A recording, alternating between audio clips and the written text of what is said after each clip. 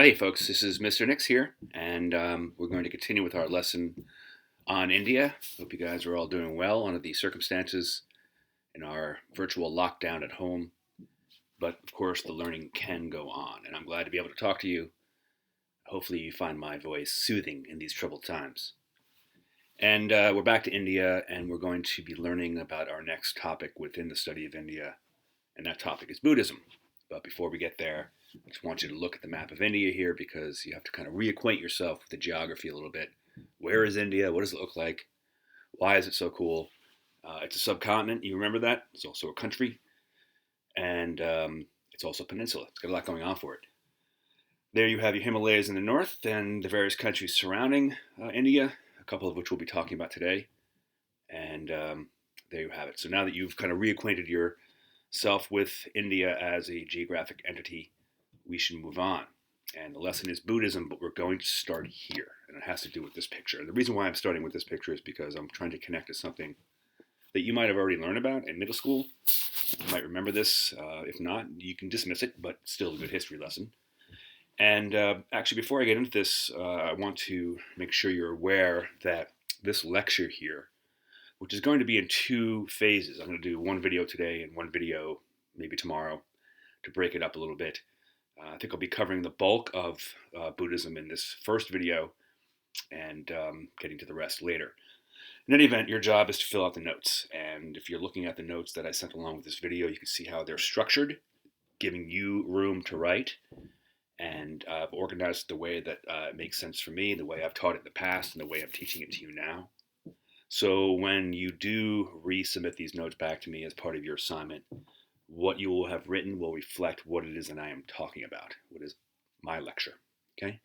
You can certainly go off and do some extra research on Buddhism if you want, but everything you need is being provided by me in these two videos. All right. We'll get to the notes in a few minutes specifically, but once again, we're starting with this story here. That's Martin Luther. You might recognize him or remember him. Not Martin Luther King, the great American civil rights activist who did fight against injustice. So the two are connected in that way. This is Martin Luther, who was a German theologian back in the 16th century. He was a monk ordained within the Catholic Church, the Roman Catholic Church, which was the all-powerful religious authority of Europe back in the 16th century. Martin Luther would disrupt that. Even though he was working within the Roman Catholic Church, he would actually critique it, criticize it, and lead to a schism, a big break in terms of Christianity in Europe. We call this the Protestant Reformation protest. Okay, and he would perhaps unwittingly lead to this Protestant Revolution, or I should say Reformation. Excuse me. But that wasn't his original aim. There he is, as the famous story goes, on October 31st, 1517, Halloween 1517, nailing his famous 95 Theses to the church door in Wittenberg. He probably didn't actually nail them. It's rather dramatic. He might have just pasted them in some form or fashion, which was kind of common at the time. Public announcements usually would have gone up on church doors because that's where people congregate. Churches were the center of religious and social life in Europe at the time. And some of you are probably understanding that now because, well, you can't go to church, you can't go to temple, you can't go to mosque. Everything's shut down. So church as a social glue at this point in time, our point in time, is a little less sticky than we're used to.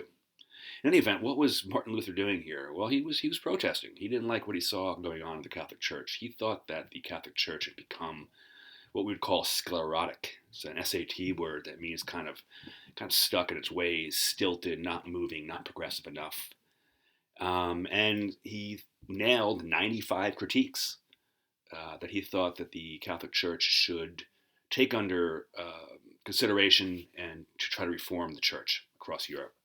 One of the things that he was particularly peeved at was this concept known as selling of indulgences. That might sound familiar to you. And the idea here was that when a person dies, the belief was that they go into a place called purgatory. It's kind of like a waiting room. And then ultimately God judges you and you either ascend to heaven or descend to hell. And so many souls are just kind of languishing in purgatory, waiting for their judgment. And it was common practice at the time, in order to raise money for the church and in order for certain priests within the church to accrue some extra income, to sell indulgences. And what that meant was that you could go to a priest and you could pay that priest what is effectively a bribe. And the priest would be like, yeah, I'll pray and get your Aunt Sally out of purgatory. Or you know what? We'll put this into an account for you, and later on, when you finally die and you go off to purgatory, I'll get you out.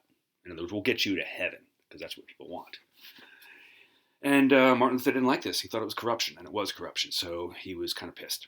And so he nailed his 95 Theses, and people took notice. He was actually excommunicated from the church for his activities.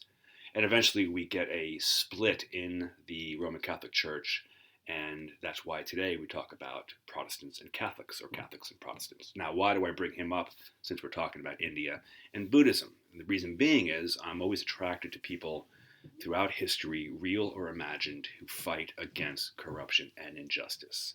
Always moves me, okay? And so we move on to this concept here now. At the risk of confusing you, you might wonder why we started in India and then went to Germany and now we're in Japan. Okay, well, we're done talking about Martin Luther. That was a separate lesson, but it does connect to Buddhism for reasons I'll get into later. And the reason why I'm showing you this is because this is the Daibutsu in Kamakura, Japan.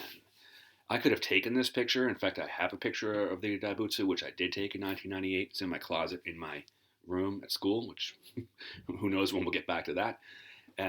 But I have this picture because it's pretty awesome. And this is a bronze statue of the Buddha that dates back to 1252, right? So do the math there. That is, almost 1,000 years ago, right? I think I might be a little off on that. So do your own math. 800 years ago. How's that? That's much better. Okay, Mr. Nix, get it together.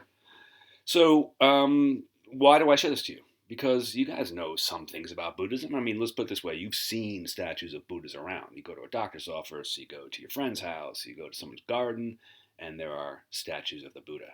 And so that's a way of saying, you know what, Buddhism's pretty popular. It's a world religion. There's something about it that appeals to over 500 million people around the world who call themselves Buddhists. Now, those numbers don't approach the number of Christians or the number of Muslims, but it's growing. And more people are turning to Buddhism.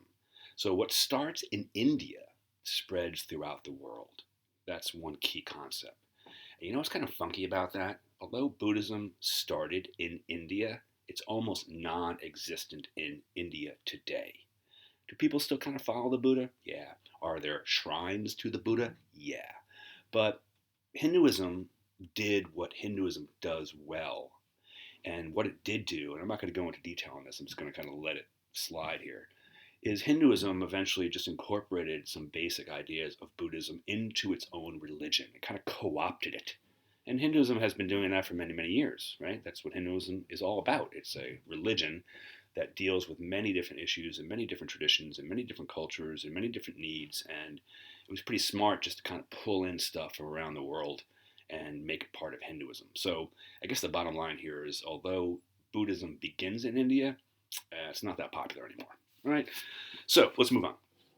And speaking of Hinduism, what is the state of Hinduism in the 5th century? Okay, I'll get back to this quote in a moment, but let me talk about this for a second, and this is why I tried to connect to Martin Luther. In the 5th century, BCE, okay, so that's about 2,000 years ago, Hinduism is alive and well. Okay, the traditions are there, the beliefs are there, the gods are there, the writings are there. It's an established religion for the Indian people on the Indian subcontinent. Pretty much similarly recognizable to what we've learned in terms of Hinduism in our own class. But here's the thing. You got the caste system. You have the Brahmin authorities, that's the highest caste, who have their pulse on religious life and who exert an enormous amount of authority in Indian society under the banner of Hinduism. And Hinduism had become, once again, sclerotic. It kind of had been stuck in its ways. It wasn't changing. It wasn't being progressive. The priests were becoming corrupt. That kind of thing happens. It happened to the Roman Catholic Church and happened to Hinduism. And that's why the Buddha is so important. Now, he doesn't start off as the Buddha, okay?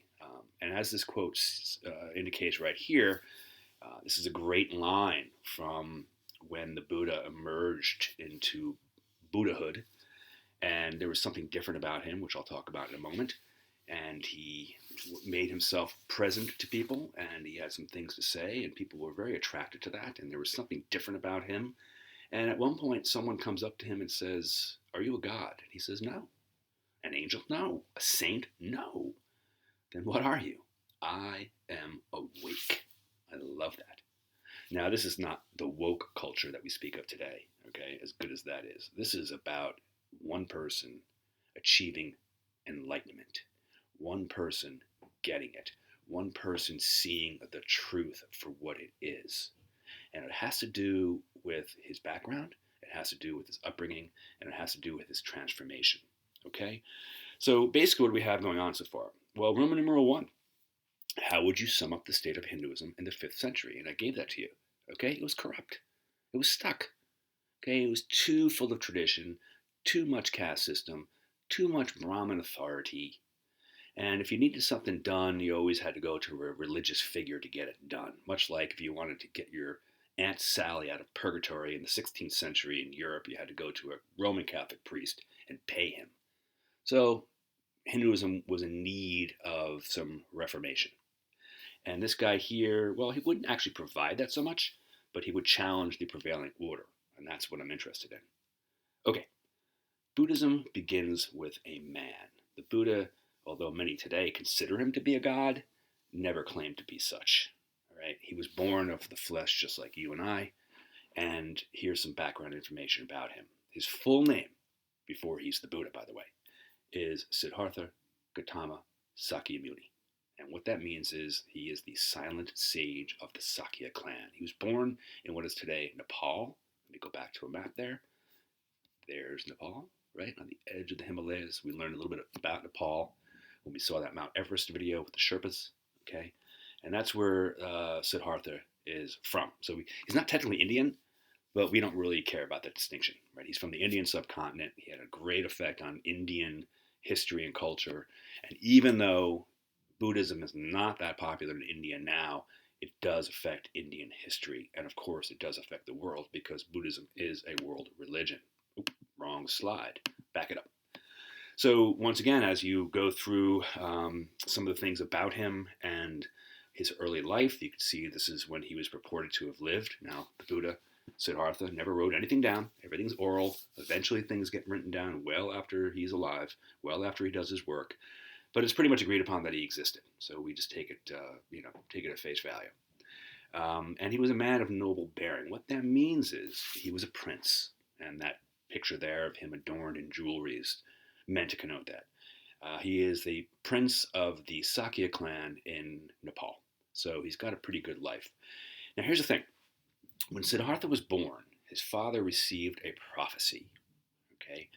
Classic myth stuff here. And the prophecy said that his young son would grow up to be one of two things.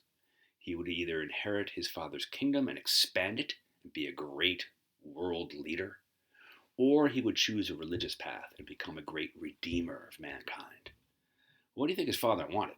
Okay, his father wasn't really into religion per se, and so he wanted his son to follow his footsteps and to become a world leader to expand his father's kingdom. Right now, the fact that he was a prince, you could say perhaps he was of the Kshatriya caste.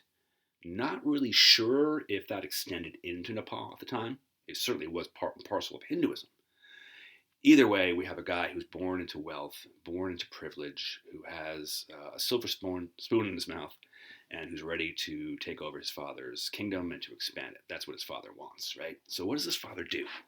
His father, to make sure that his son follows the narrow path and becomes king, he prohibits his son from leaving the palace grounds. In other words, he cloisters his son and he pampers him and he wants his son to understand this is the good life. This is what you can have. So stick around and I'll make sure you get it. He doesn't want any outside influence. He doesn't want Siddhartha to go off and get ideas on his own. But one day, one of the attendants who's supposed to keep an eye on young Siddhartha fails in his duty, and Siddhartha leaves the palace grounds and starts to wander around the neighborhood. And this is where things take a turn. That's the neighborhood. Well, I think I should probably back up a little bit here because I didn't anticipate the slide, even though I saw it just a few minutes ago. Okay, this is just a further illustration of young Siddhartha's life before he leaves the palace grounds. Right, he's in a voluptuous environment. Everything he wants, he gets. Beautiful women and jewels, and the finest of this and the finest of that. He is pursuing what they call in Hinduism as the life of kama, pleasure, which is okay. Actually, Hinduism allows for the pursuit of pleasure. It's baked into the religion, which is pretty interesting because we usually think of religion as being something that sort of denies pleasure. But Hinduism's smarter than that. Hinduism knows what people need, and so we can pursue pleasure. Just keep it cool, make sure you don't hurt anybody, and that sort of thing. And then we have, I think, is that Joe and Priyanka Jonas on the right there. She's Indian, he's American, and they had a lovely wedding, and I thought I'd just throw that in there because I like the picture. All right. So what happens after Siddhartha gets out of the palace? Well, he sees things, and these things are known as, with capitals, the four passing sights. He sees things he has never seen before. Because remember, look at the environment he grew up in, right? Youthful, lustful beauty. What does he see? He sees a sick man on the side of the road dying. He sees an old man who looks to be dying. He actually sees death, okay, a corpse on the side of the road. And of course, all around him is poverty. Now, why do they call this the four passing sights? Well, because he's out of the palace, he's walking around, and he's seeing things that he's never seen before. I really want to try to impress upon you the shock that Siddhartha suffers because he had been surrounded by beauty and youth and lustfulness and all kinds of good stuff. And now he's seeing what the world really is. And he realizes something. Hey, no matter what happens, this is my end. Like, one of these days, I'm going to die. And it kind of sends a certain urgency into him that he had never felt before. And he figures he has to, at this point, find out the truth. He'd been lied to this entire time. His father had kept him inside, cloistered him, okay, give him anything he wanted. And he realizes that's not really where it's at, right? There's a whole other world out there, and I need to understand that. So he leaves. He leaves his wife. He leaves his son. I didn't say that they were married. He was married, but he was. And he goes off in search of the truth. And we call this the Great Going Forth. This is Siddhartha's attempt to seek the truth after years of living a lie. And the four passing sights would be the impetus for his search. So what does he do? Well, he does what any young man would do at the time, and he seeks out guidance. And he goes to the best of the Brahmin sages, and he says to them, tell me what you know. Teach me what you know. Teach me all of the writings in Hinduism. Teach me all I need to know about this. And they do. And he becomes a very good student. And he learns about the Vedas and the Brahmanas and the Upanishads and the Mahabharata and the Bhagavad Gita and all these great writings in Hinduism. And he studies and he studies and he studies. And then he realizes something. Wait, I mean, like, this guy is telling me all he knows, and I'm learning it. But yet this guy is no closer to understanding the truth than I am. In other words, when this guy dies, this Brahmin sage, he's just going to be reincarnated like everybody else. And that's not what I want. I want to escape. I want to know the truth. So he realizes he needs to continue to search, and he takes his Brahmanic knowledge with him, but he leaves that behind, and he goes on. And at one point, he says, you know what? The problem is it's my body, right? It's just a cage. It keeps my spirit trapped, and it's given to women whimsy, and it wants things, and it desires things, and it needs things. And maybe if I just get rid of my body, in a matter of speaking, I could free my soul. I could find some sort of truth. So he practices what we know as strict asceticism. That is denial of the flesh. No eating, okay? No pleasure, because he had enough of that already. 28 years worth before he left his palace. And he figures if I can get myself down to, I don't know, maybe 60 pounds, then somehow the truth will emerge. But that doesn't work either, right? Because he is, one point, is at the precipice of death. And Siddhartha realizes, just like he realized under the Brahmin sages, that, you know what, I'm just going to die, and I'm going to be reborn again, and this whole cycle is going to continue. So he gives that up. And he begins to realize there's a better way of living, somewhere between a life of karma, pleasure, and somewhere between a life of strict asceticism. And we call that the middle way. Now, that's not written on this slide here, but I think it's something you might want to write down and think about a little bit. The middle way, that is a path that incorporates a bit of everything, but is not extreme with regard to anything. I think if we were going to use a modern day term for it, we would say live your life in balance. Okay? And I think we all understand how that can work. Sometimes we deprive ourselves of sleep, sometimes we get too much sleep, sometimes we indulge a little bit too much, and sometimes we deny ourselves a little bit too much, and we always feel out of whack when we do that. But if we can live a life in balance, keep everything equal, then our lives are better. And I want to kind of take a little bit of a break here, not from my lecture, but from a greater lesson here. Now, in Hinduism, in Buddhism, in any religion, there's always the idea of the divine. There's always this idea of perhaps heaven. Different religions have different takes on it, okay? Gods, right? But every religion is basically also very practical. How do you live your life in a better way? How can you be a better person? How can you make this life more meaningful? And Buddhism, like any religion, provides that.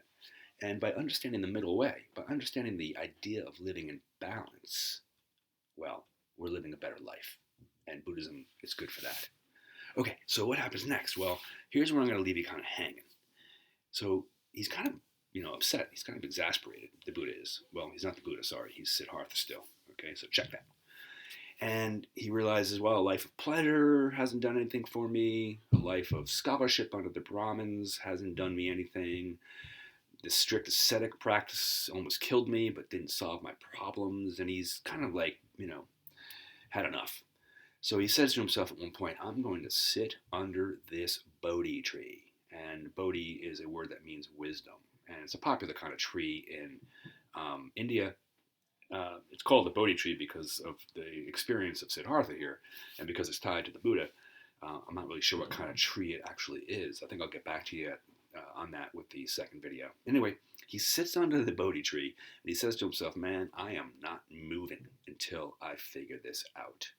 And he engages in some very intense meditation, more of which I'll talk about next time. But when he is done with this, things are going to be radically different. And I'll tell you about that in the next video. So I'm going to leave you hanging. But to reiterate, in terms of what we did today on this video, let me go over this one more time. I talked about the state of Hinduism in the 5th century and the need for reform. And I compared it to Martin Luther's time in Europe in the 16th century and the state of the Roman Catholic Church. Okay, corruption, things were stuck, and reform was necessary. Every good religion needs a shot in the arm now and again. And then Buddhism begins with a man. Okay, the Siddhartha was a person. Now some have elevated him to be a god, but deep down on the level of it, he was just a guy. He was a guy who experienced stuff. It was a guy who came to an understanding, and that understanding is what he wanted to teach the world, which we'll get to. I told you about his early life, the pursuit of pleasure, the palace, his father's wishes, the prophecy, a life of lust and voluptuousness surrounded by the best of everything. And then the shocking reality. He gets out of the palace and he sees things he had never seen before. This rocks his world, and he realizes that for almost 28 years living inside that palace, he was living a life of a lie. That wasn't the truth. That wasn't everything. There's a whole other world out there. And before I cut out, I want you to think about this for a little bit, because I know you're young, and the older you get, the more this is likely to happen. But if you can think about a time, or maybe even ask your parents about this, or just think about the concept, that there are going to be experiences in your life, if they haven't happened already, that's going to kind of knock you on your butt a little bit.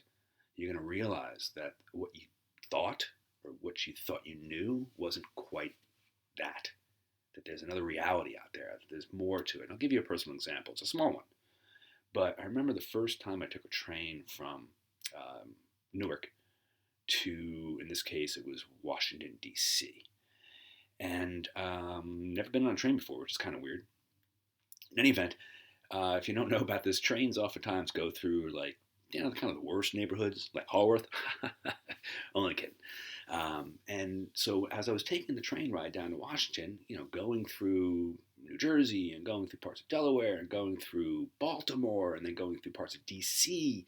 And I remember looking out the window and just seeing a lot of poverty along the way. I saw some nice landscapes, but I also saw a lot of poverty. And it was the kind of which I'd seen, in pictures or in other countries or pictures from other countries. But I'm like, wow, this is how a lot of Americans live. And it really made me realize that even growing up in a pretty modest middle class household, that I had a pretty good situation going on for myself. I don't think that's as earth shattering as what Siddhartha experienced with the four passing sights, but I'm just trying to give you an example that you might be able to think about in terms of your own lives. Okay? Well, thanks for listening. Take those notes. If you have any questions, email me, and I'll be back with another video shortly.